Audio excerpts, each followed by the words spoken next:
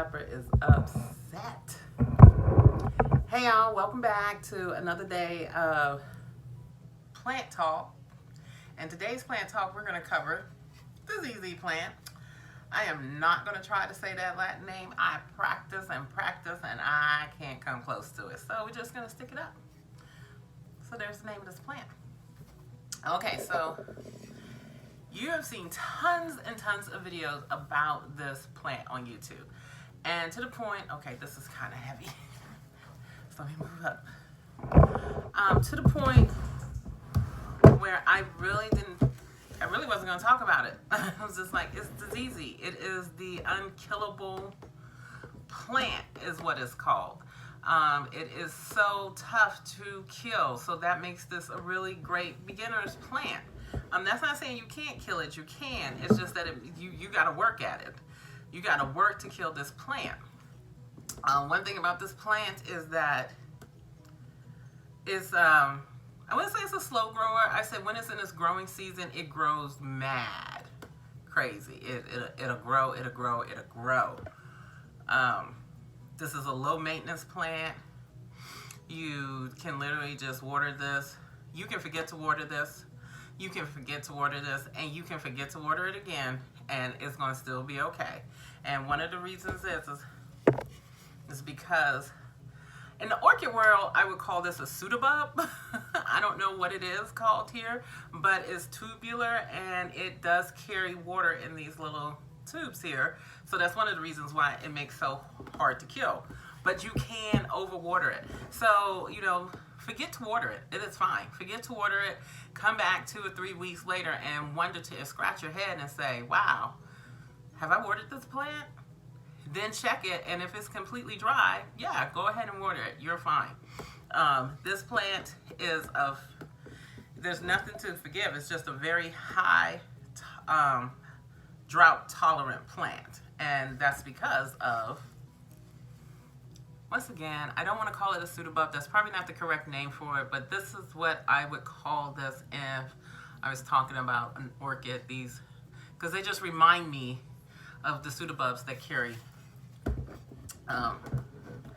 So one way you can know if this plant is not getting enough is if these start to look wrinkly, the stems, because then it doesn't have enough water and you need to get some water into it.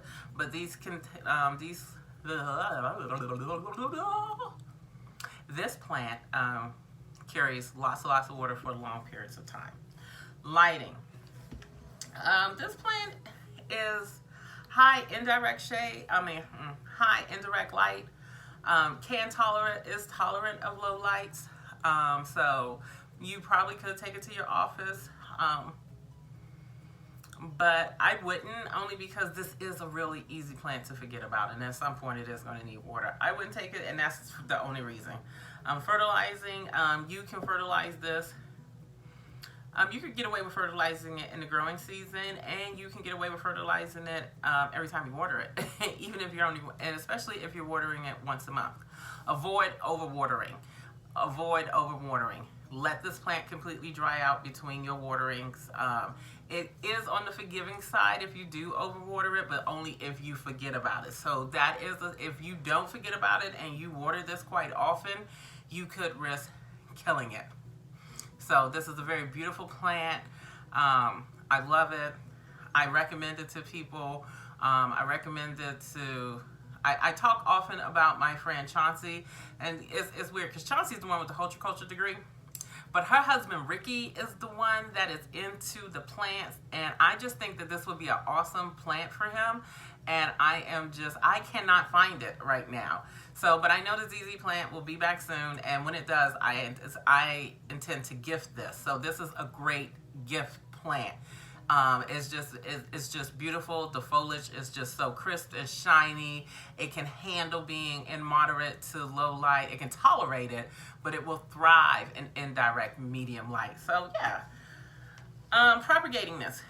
I have not ever propagated this, but you can propagate this through dividing, and dividing seems to be the go-to for any plant, really. It's like you can divide it, and that is the best way to propagate. But you can also propagate this through cuttings. So I don't want to lie to y'all and tell y'all I'm going to cut my ZZ plant so that you can see if I can actually propagate this. I'm not. So check out some other YouTubers and see what they have done as far as propagating theirs. I love this plant. I love this. Oh, I have fertilized this plant with coffee grounds in the growing season, and that's it. And it grew like crazy. I gave it high filtered light, and it grew like crazy. So keep that in mind. You don't have to go out here and buy anything special. You can use coffee grounds in your growing season, and this plant will grow. I don't know what the growing season particularly is for this plant, because right now this plant is not growing, or if it is, it's growing really slow. But my fall and winter, this plant grew all along. Now I'm in zone 8B, close to zone 9. So my weather is a little bit different. So when I consider winter, I'm talking about winter like the traditional winter when it's winter, November 21st. I don't see winter until February. So during my fall, which was November, January, it grew. And if it is growing now, it's growing really, really slowly. I haven't noticed any new leaves. It's definitely in spring and summer. So just keep that in mind. Learn your fertilizing season, or your growing season rather, so that you can know when to fertilize your plant. Although I do think if you really are confused about it, then just give it coffee grounds. Throw a little bit on top of it. And this is coffee grounds after you have already leftover coffee grounds, like you've already used it to, if you have a K-cup machine and you make your coffee with those, and then instead of throwing that K-cup away, go ahead and pop it open and throw that cup that used coffee grounds right into your plant, and that's the perfect amount of fertilizer for your plant in the growing season that it needs. So this plant, thumbs up. Coffee grounds, great for fertilizing. Hey guys, really quick, I just wanted to insert a picture of the ZZ bloom.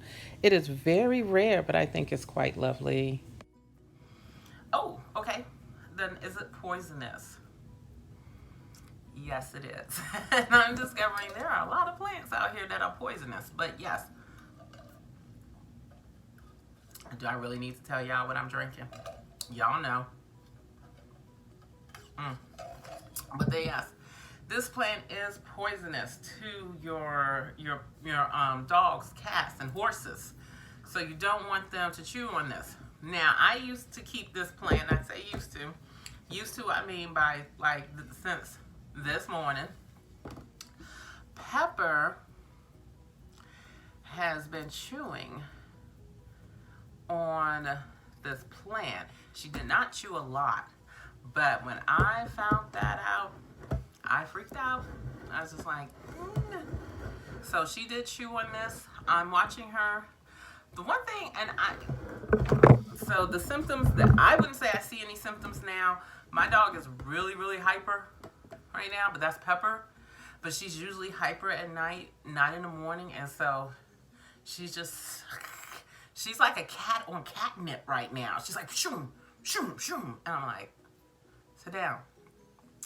And my puppy is definitely in her teething stage. She is chewing on anything and everything she can get a hold of, and including this plant.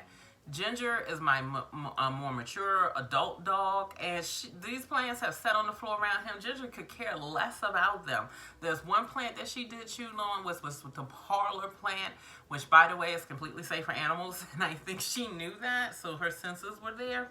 So, but at this puppy and kitten stages, you got to watch out for this stuff and keep this plant away. So I will be relocating my plant today on top of my kitchen counter out of Pepper's reach.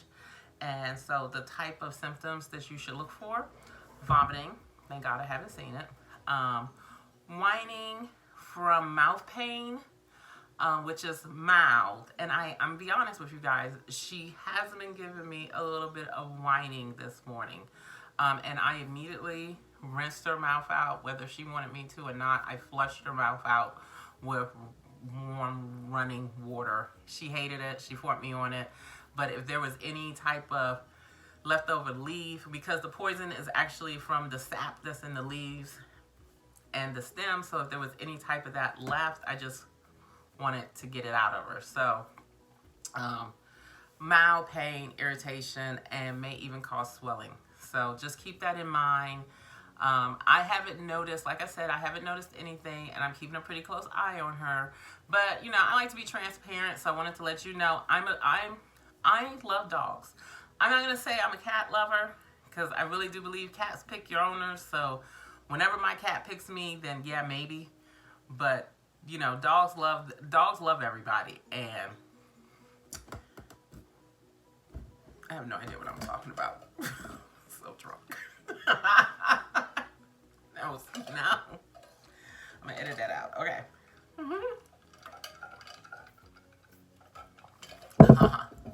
Thank you guys so much for watching.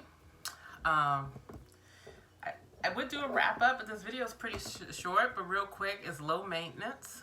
You can propagating through dividing and cuttings. The lighting requirements is medium to high indirect light. Nah, it's like fertilized during the growing season only. You can use coffee grounds, and this plant will really flourish with that. That's pretty much it. So I'll talk to you guys next time, and thanks for hanging around with me for Plant Talk, 30-day Plant Talk. Bye.